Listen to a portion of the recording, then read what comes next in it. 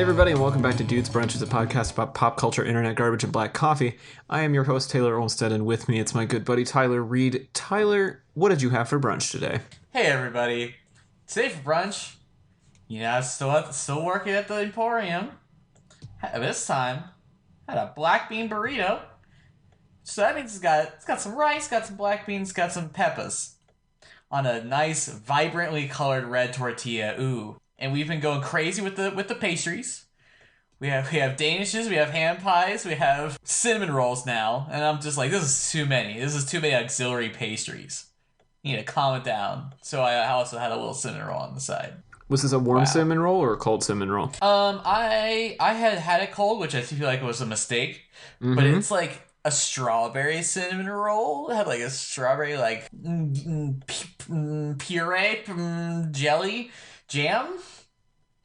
I don't know what it is. This seems like it was pretty extra. Also, cinnamon rolls 10 times better when warm. I am disappointed in you and your pastry choices. Also there's a lemon basil Danish. You're like, why? Why basil? Why not basil? Sean, did you have a lemon basil Danish for breakfast? No. What did you have, Sean Evans? I had a chicken sandwich. All right. Please explain yourself. Well, a week ago, we went to the store and I got a box of chicken sandwiches. Like pre-made chicken sandwiches? Yeah, and I eat them for breakfast because I don't like breakfast food. This isn't a new thing for you. But is it like on a biscuit at least? No, it's on a bun. Sorry, let me say again what I said before. I don't like breakfast, Taylor. Yeah, but you could at least have a chicken biscuit because then it's kind of breakfast. Well, I did have the Jimmy Dean ones in my hand, but then I was like, nah. Fuck it, I don't do a podcast about brunch. So I just went with the regular chicken sandwich. Did you have coffee with that? No. Ooh. Look at you, miss. I had 2 glasses of water. I was getting ready to go on a run. Oh, yeah, that's fair. I also do not drink coffee before running. It's a bad choice. I did have coffee halfway through my run. I had a Wait, so you get coffee while you're out running? Yes. How do you do that? Well, first you go to a coffee place and you buy coffee and then you drink it. Yeah, but do you like carry your wallet and everything when you run? I carry my credit card. Oh, okay. Do you not carry anything with you when you run? Are you like one of those people? My phone and a key to my apartment, and that's it. I did go pretty bare minimal today. I had phone, credit card, which you really don't even need if your Apple Pay works. Yeah. I guess that's true. Keys. I guess I could Apple Pay with my watch when I'm out running. I didn't think about that. Yeah, think about it. It's a good plan.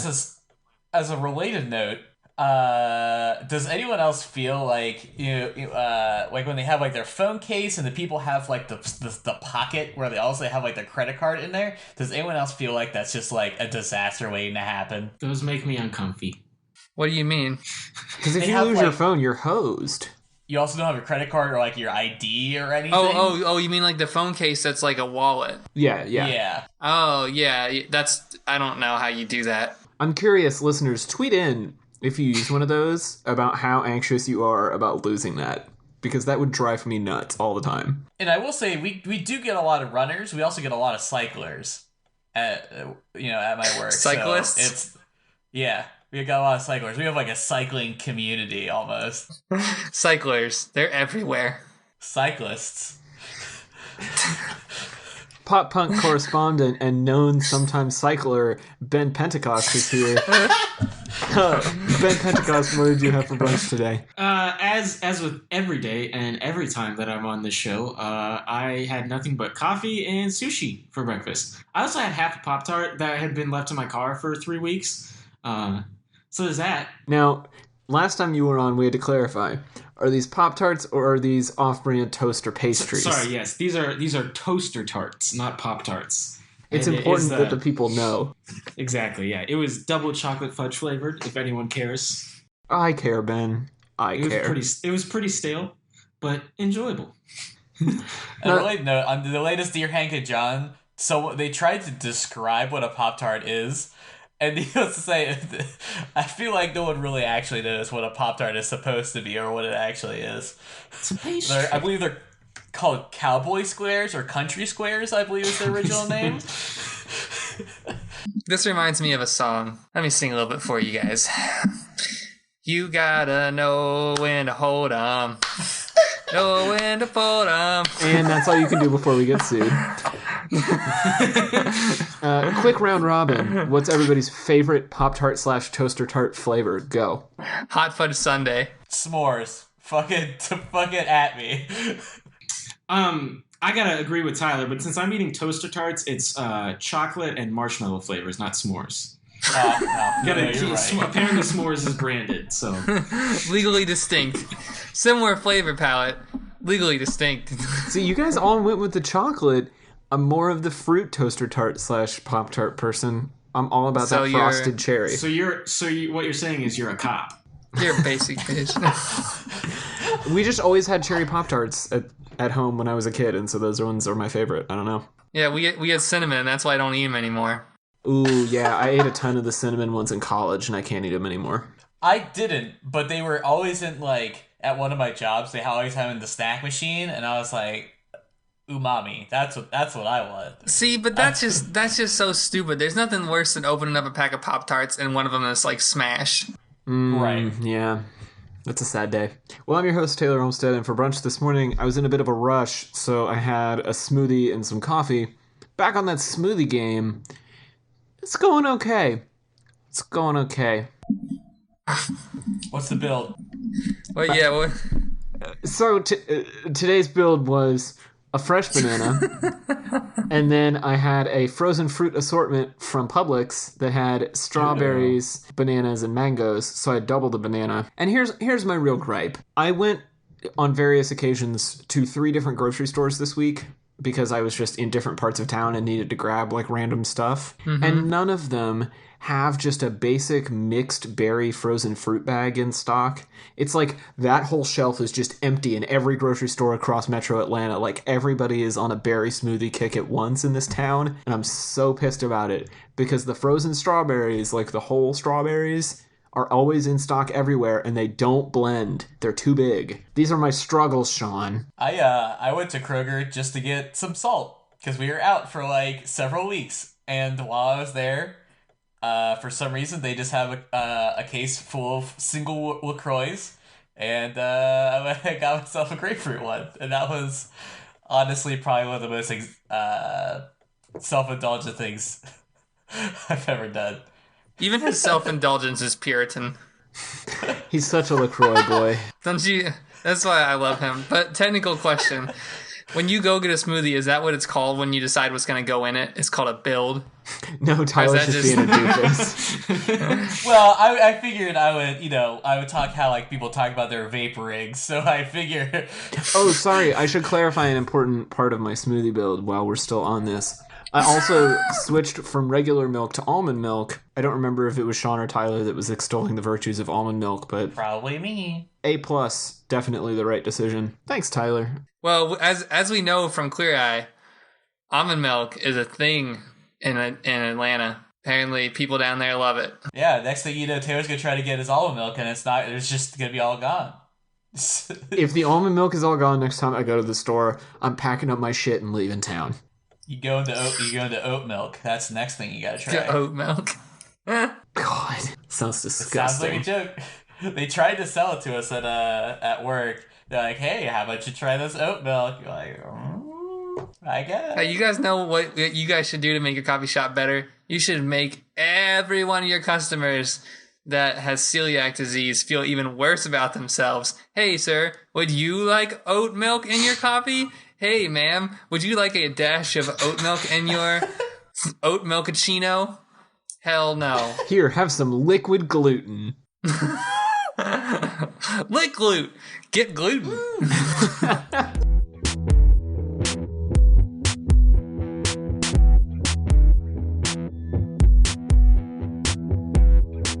So all joking aside, and I really mean, take all the jokes, shut them out in the hallway, because it's about to get real sad boy in here. If Ben Pentecost is on, you know we're talking about pop punk. And today, one of the last remaining battalions of the war to defend pop punk have released a new album. We're here to talk about it. Pennsylvania's The Wonder Years and their 6th album, Sister Cities.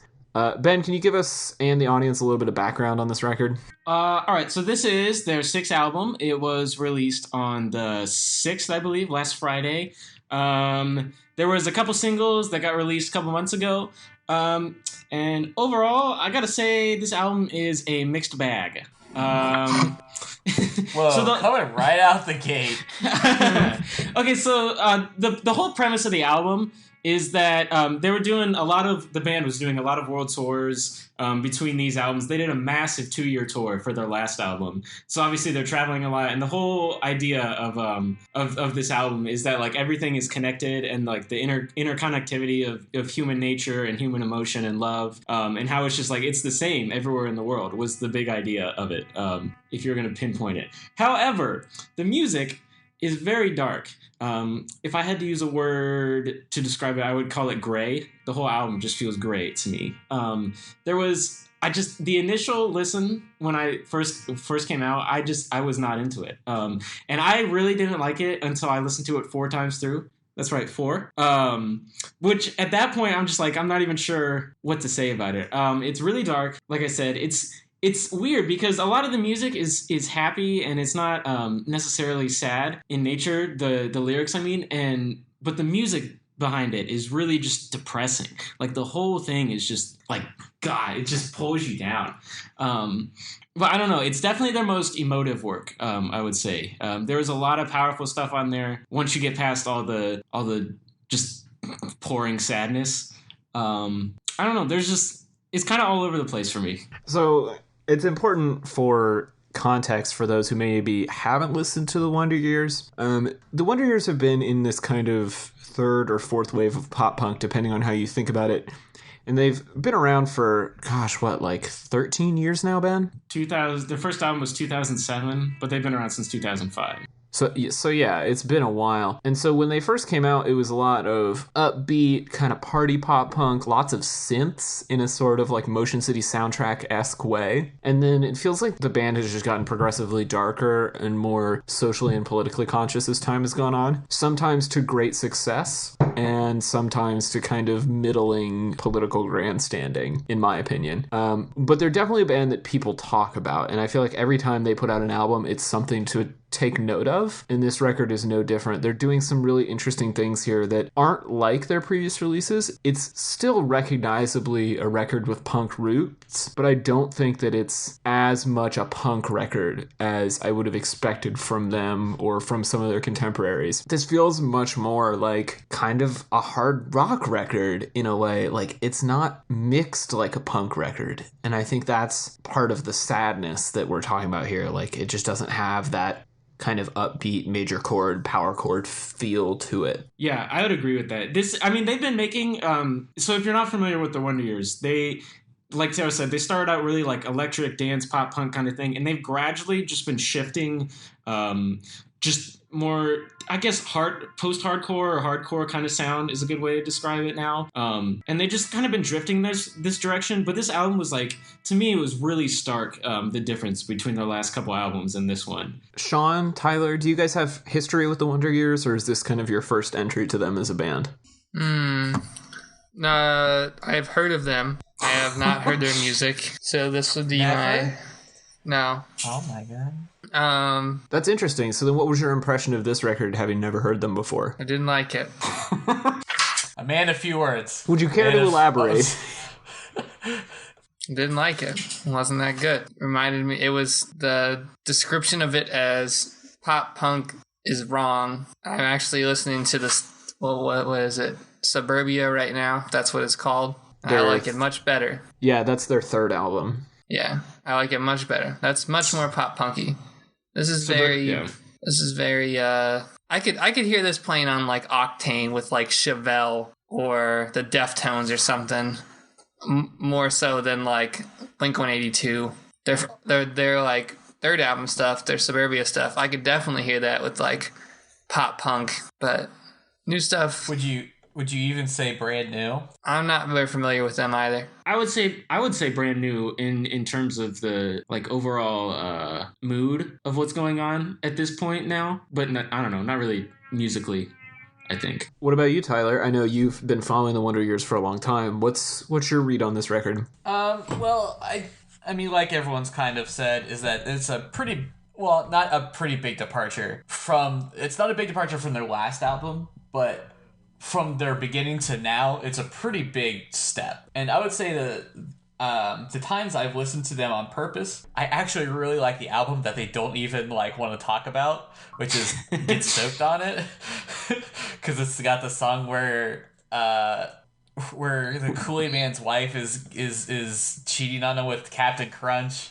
And that's like a great song. It's got a lot of fun like keyboard stuff. The Kool-Aid Man beheads Captain Crunch at the end of it. Right.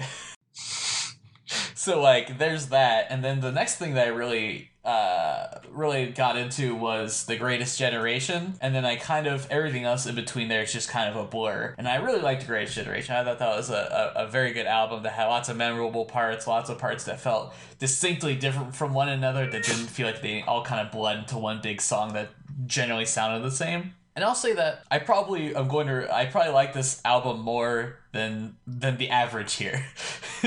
I think it's got some good parts, but it's the same case, like sort of like in that kind of almost like we said, that brand new kind of feel where it's, you know, it's melancholy, you know, it's sort of not whiny, but you know, it's really like emotional, and you know, it's fine, you know, like some of the hits, I think the big hits, you know, like Rain in Kyoto, Sister Cities, Pyramids, Assault, those are like sort of the top songs on their Spotify, and I'd say those are probably the big tracks to listen to, the big takeaways from that album. It's interesting. Those were my least favorite from the album. Those, to me, those just felt like the most generic of the album. Like it kind of just feels like, not like put a template on it, but like there's like a pattern, you can like figure out where it's going, you know, in those couple songs. Well, I think we also have to always temper ourselves, because I mean, we are talking about a genre that is really built upon sort of not necessarily the status quo, but like the idea of like, this is kind of how these songs are formed. You know, they're intentionally simple,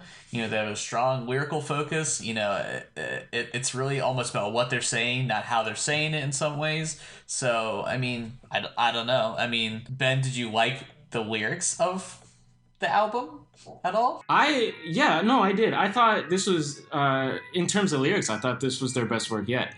That's really, when I was first getting into them in like high school, that's what drew me to them, was their lyrics, because it was relatable. It's like, I mean, a lot of pop punk bands, they do that thing where they just like write songs for 20-year-olds the whole time. But I feel like as this band has progressed, they like maintain and they like write songs that like mature with themselves.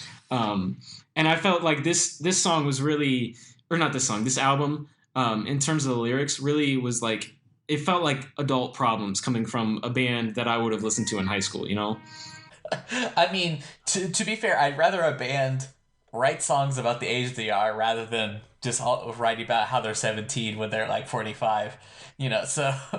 No, I think I'm glad that you guys brought this up, because I agree with Ben. I think lyrically, this and Suburbia are the two best Wonder Years records.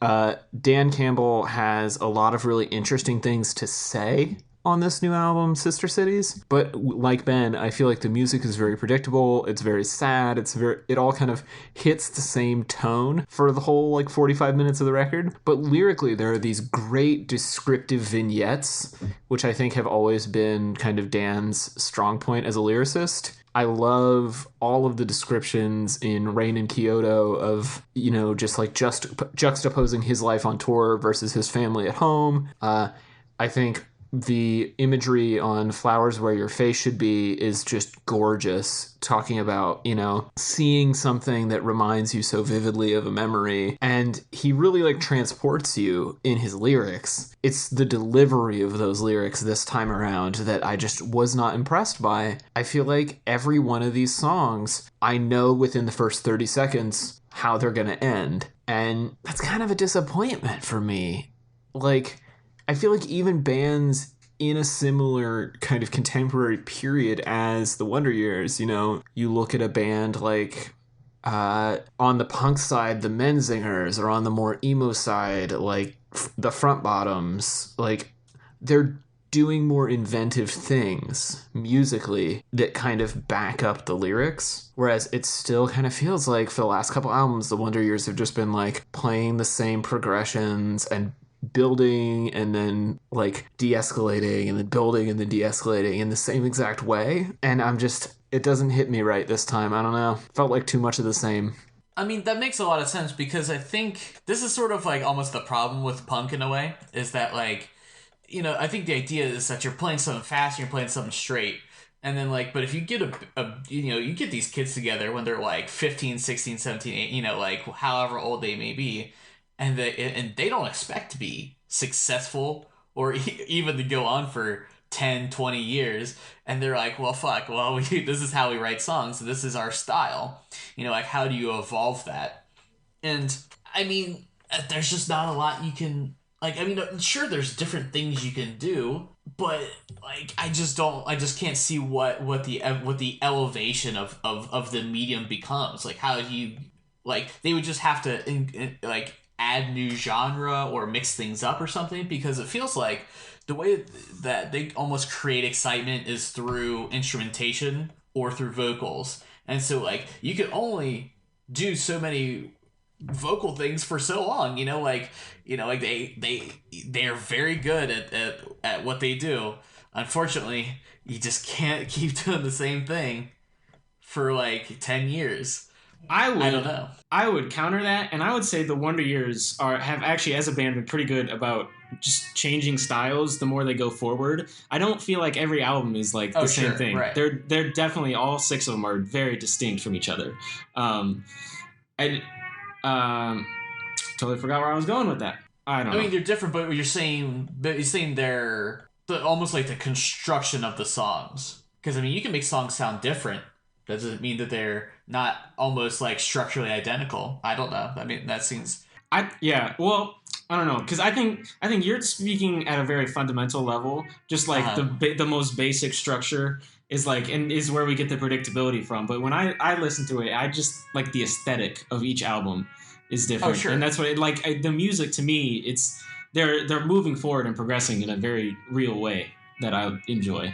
But no, I want to dive into the sadness of this record, because when you read interviews with the band about it, they talk a lot about, you know, this album is about shared connection between people around the world, and the idea that like love and certain other things are universal human emotions regardless of the culture you're in. And I think that's a great message for this period of time, but I just don't understand like why this album is so sad feeling. Like everything is in a minor key and it just feels depressing in a way that a lot of I feel like serious modern rock records are. And I don't get that. Like some of my favorite recent pop and rock records have been really positive and uplifting, but then it seems like a lot of these critically acclaimed records, including this one, which is getting great reviews, are just really sad. I mean, this thing has a Metascore on Metacritic of 81. Like, it's not doing bad. Punk News gave it a 90. Like, it's doing really good, but I just don't get this penchant towards serious sadness in the rock world right now. Are you guys feeling this at all? Well, I think that maybe we're experiencing that on a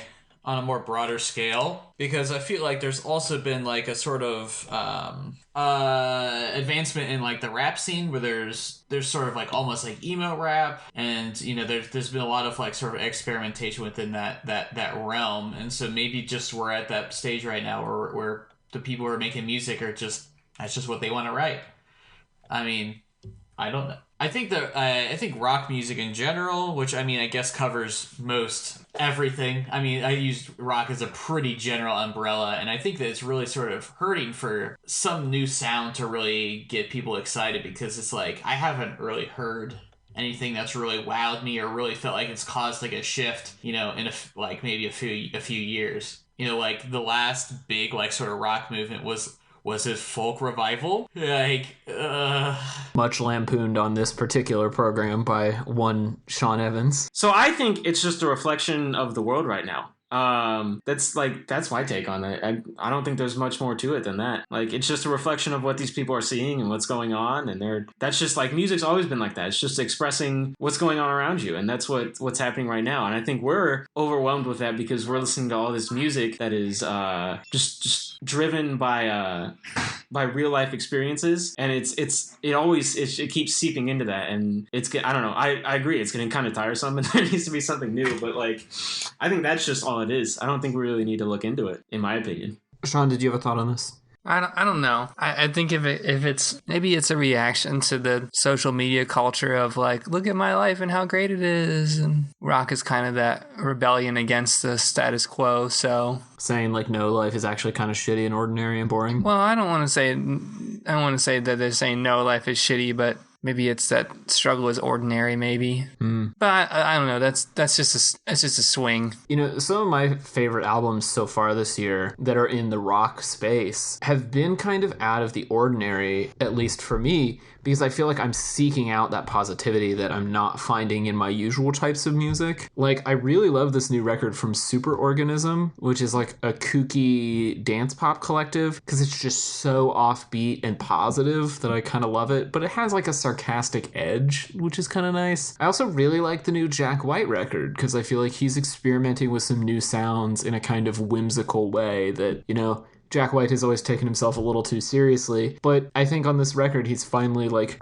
giving us the crazy genius Willy Wonka effect that we always wanted from him. But then I look at some of the rock records that people are really excited about this year, and they're not ones that I've particularly enjoyed or found that interesting. Like, I've been seeing a lot of people talk about this album. I've seen some praise for the new record from The Voids, which is Julian Casablancas of The Strokes' new project. And like, all of these albums just have this sadness to them that I'm so over. I don't know. I want some happy-go-lucky, like, pop punk again. Well, did you listen to the Screaming Females album? That was going to be a topic we were going to do. I love that record, but I think it has a tinge of sadness, but less so than this does.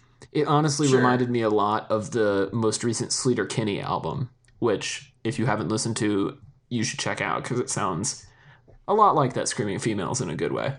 But again, both of those records are also, like, tinged in this same kind of sadness. Like, the Screaming Females record has a lot of personal angst to it. And the Sleater-Kinney record, which granted is from a couple years ago, is literally called No Cities to Love. And it's all about this idea that, like, we all move around searching for the perfect city to live in, and there is no perfect place, and life is always kind of a struggle no matter where you go. And I don't know, I just want something more uplifting than that. Honestly, the best I've done so far in recent months has been the new U2 record, which I really loved. Don't at me. I did ask a coworker, I was like, hey, have you listened to the new, God, what the fuck? Have you listened to the new Wonder Years album yet? She's like, oh, you know, I probably should have listened to it, but it's just like, you know, I've kind of listened to their stuff, but, you know, they're just kind of like whiny, like, middle-aged dudes complaining about being white in the suburbs.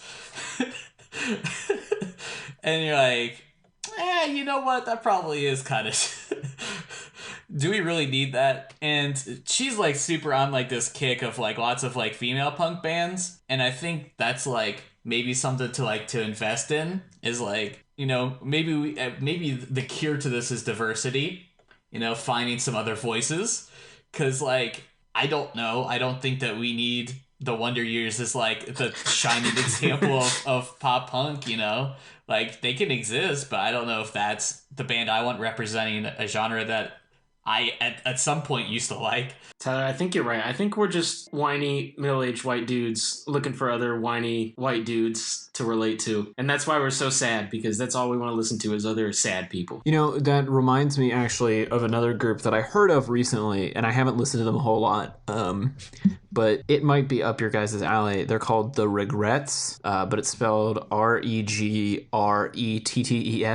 And it's kind of a punk and doo-wop, and it's all female. Ooh. So that, I don't know, that might be a space to check out, but I guess it doesn't sound like any of us were super wowed by this record. I know I just listed off a ton of rock records that I've been listening to. Do you guys have any like true rock and roll or punk records that you can recommend to the folks as we're coming through spring 2018? They don't have to be new. They can be classics, but I don't know.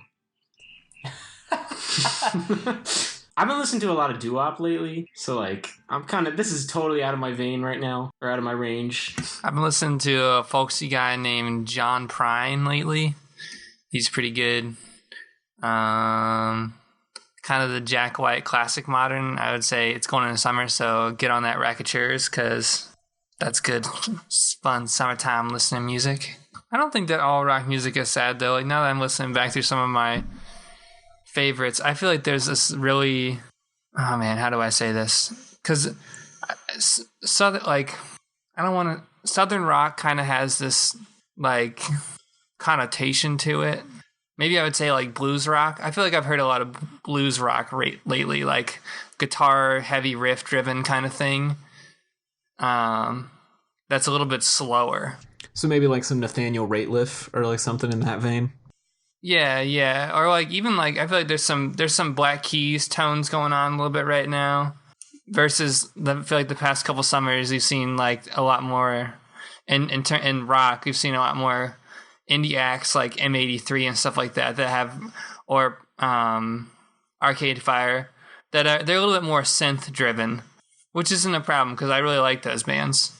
I just feel like I've seen I've heard a lot more guitar driven stuff lately. I'm excited about that, and I think going back to Jack White, there's an interesting space for a fusion of synth and guitar this year that I would be excited to see, and I think a little bit of synth would have gone a long way on this Wonder Years record, just to kind of give it a little more texture. Maybe that's what I'm looking for. I don't really know. Like, if there's one genre that I feel like has consistently been, like, terrible, it's metal. Oh, man, it has been a struggle to find any metal that I've liked. I'm going to fight all of you right now.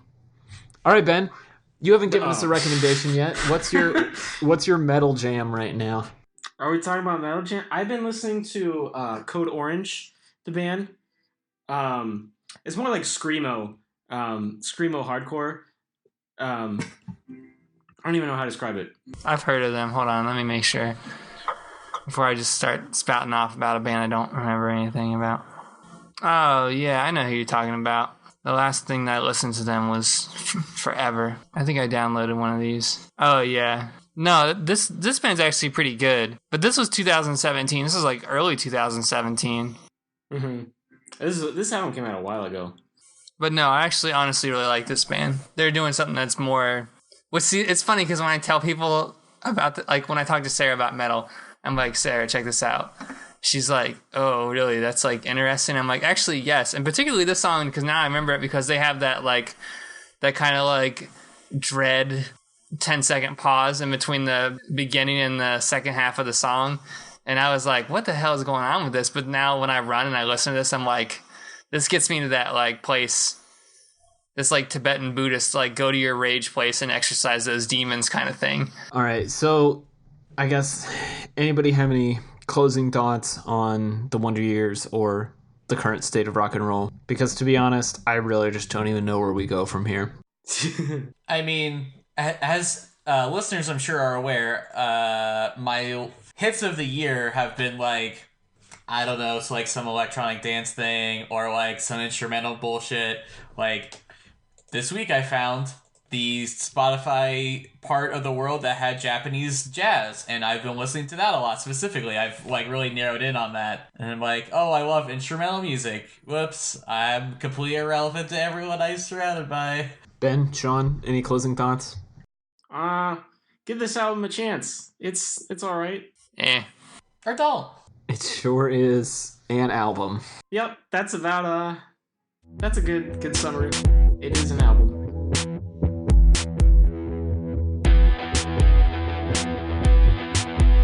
All right, everybody. So for internet garbage this week, we have something a little bit different from our usual. We're keeping with the music since Ben is here, and Ben is, of course, a music major. So this week's video is Robert Dunn performs Lookout Farm by David Liebman - acoustic jazz guitar. Ooh. Oh, yeah.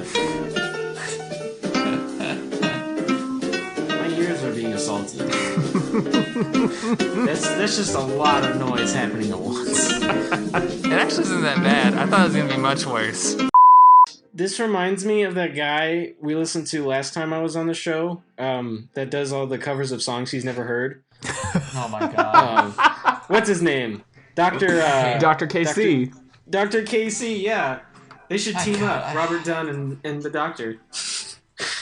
So this video, Robert Dunn is performing acoustic jazz guitar over a recording of a David Liebman piece. And I'm just going to read to you how he describes his own video. I created a video of this with naked women, but YouTube made me take it down. So I'm posting this of just me performing this David Liebman classic. If you dig it, let me know. Or even if you don't. You know, all of this talk lately about internet companies censoring us and selling our data, this man is the spearhead of that fight. He's leading the charge.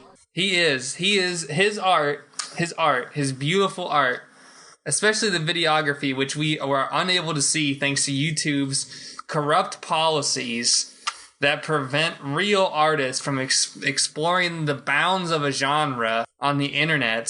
It's terrible, and he should sue. Probably not YouTube. It's a real tragedy, honestly, that we couldn't see these naked women, because now instead we have to watch David himself grimacing while playing the guitar, as for whatever weird reason, his desktop background is just overlaid on top of him at like 40% opacity. I don't understand. I don't know. What is I think going Robert on? Dunn is he's quite a looker.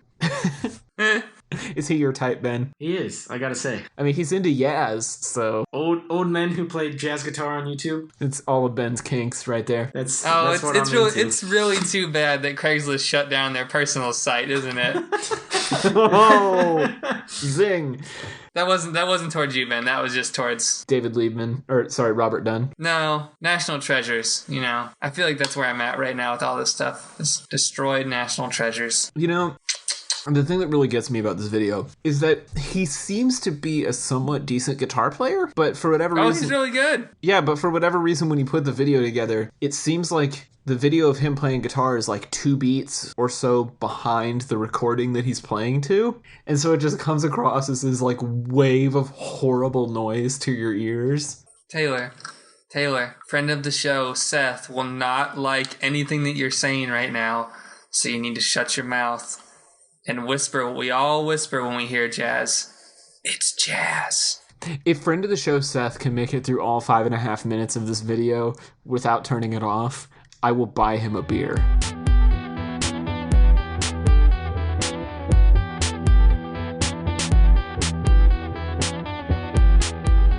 How about that yodeling boy? Who? Oh? You haven't heard? Yodeling boy. Who is... Oh, I guess I haven't. In an impromptu internet garbage, we learned that Tyler Reed, resident internet trash lord, is not familiar with the Walmart Yodeling Kid. So we're now going to play a little Yes, Yes, No. I've sent Tyler the original Walmart Yodeling Kid. Ben, Sean, and I, of course, are all extremely familiar with the Yodeling Boy. Tyler, what's your first impression?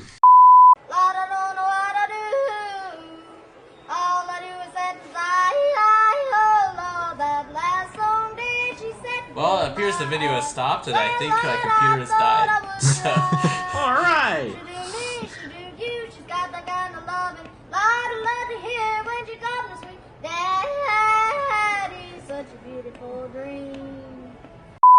so then this kid became a phenomenon or some bullshit, right? Yeah, so Is of course is- we will now link Tyler to the EDM remix of Oh, I'm sorry. Yodel Kid. I don't think... Do we need to watch that one? We absolutely need to watch the EDM remix. It's extremely important to the edification of this meme. If you're listening to this podcast and aren't familiar with the Yodeling Kid, of course, links in the show notes. But this EDM remix has been by far the most popular iteration. It does have 11 million views.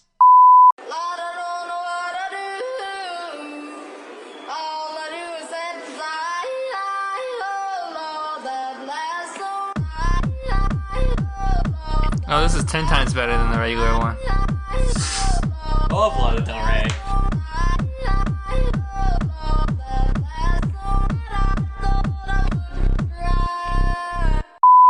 So are you guys ready for the peak meme culture moment? I don't even know if Sean knows about this yet. So Is it when he's on Ellen? So, of course, Yodeling Kid has already been on Ellen, which means he's a dead meme. But we have reached peak memedom, you guys. I think this might be it. This weekend, the Yodeling Kid performed live at Coachella. Did he actually? I present to you Walmart Yodeling Boy makes his Coachella debut. I feel bad, man. They really just trolled him. Wow. Does this kid know everyone's making fun of him, or Who cares? He's playing a goddamn Coachella, man. there are thousands of people right here, and this kid's just fucking yodeling because he's a meme. I kind of feel bad for him. Why? Look at all those people. So my only question for those of you on the panel is, does this make you want to go to Coachella more or less? 100% less. This is hilarious, but I don't want to be anywhere near this. He got to meet Justin Bieber. Does that make it better? No. How would that make it better? I mean, what's interesting is that they did not... It's almost like they didn't give him, any... audio equipment whatsoever. They're like, here, little kid, basically just use your voice to reach out to all these people because they're cheering louder than his voice. I love how there's DJs in the background, making fist pumps. But doing nothing. And trying to get everyone amped up. Well, it's just this kid singing a cappella. Sean, you're saying nothing, which I can only assume means you're booking flights to the Indio Valley to go to the second weekend of Coachella. No. Are you not on board with this at all? It's fine. It's fun to hear him sing. Well, best wishes to you, Yodeling Kid. You've received more views on YouTube than any of us on this podcast ever will, so I guess there's that.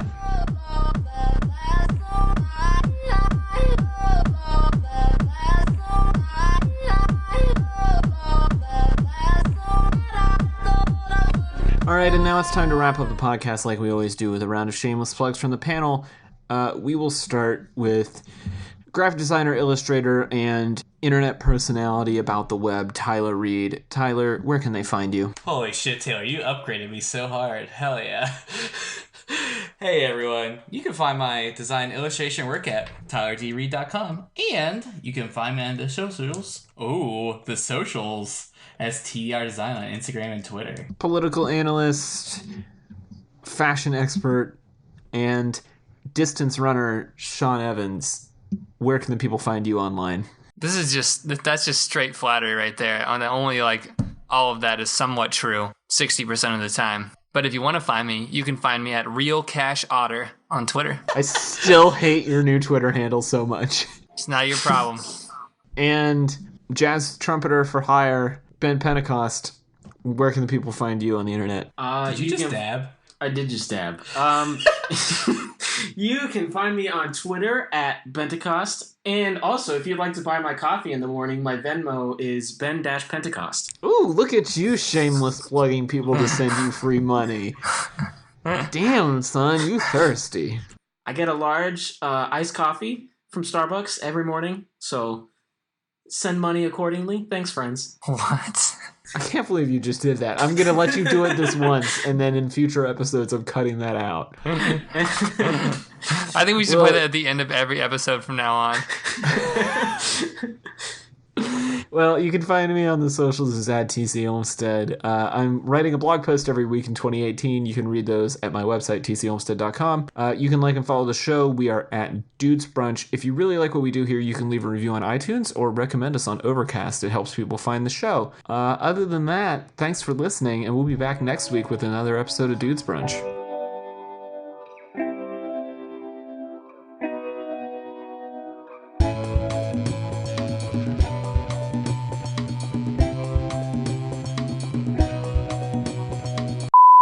All right, let's get into it. So all joking aside, And Wait, I really mean it. I gotta go to the bathroom. Oh, damn it, Ben. Oh, God. I'm sorry. I don't want to go in the middle of the discussion. It's a good thing you're cute. Ooh!